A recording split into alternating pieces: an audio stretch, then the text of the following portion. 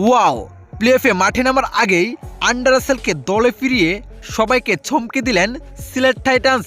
হ্যাঁ দর্শক, এবার বিপিএলে সিলেটের হয়ে খেলতে আসছেন প্লেঅফের লড়াইয়ে আন্ডার রাসেল। দর্শক, 20 তারিখ থেকে শুরু হবে প্লেঅফের লড়াই, যেখানে 4 দলের মধ্যে হাড্ডাহাড্ডি লড়াই চলবে। দলগুলো হলো সিলেট, রাজশাহী, চট্টগ্রাম ও রংপুর। এই 4 দলের মধ্যে শেষ লড়াইয়ে 2 দল যাবে ফাইনালে। সেই লড়াইটি দেখার জন্য মুখিয়ে আছে হাজার হাজার দর্শকরা। তাই তো এমন গুরুত্বপূর্ণ ম্যাচে আন্ডার রাসেলকে দলে ফিরিয়েছেন সিলেট টাইটান্স।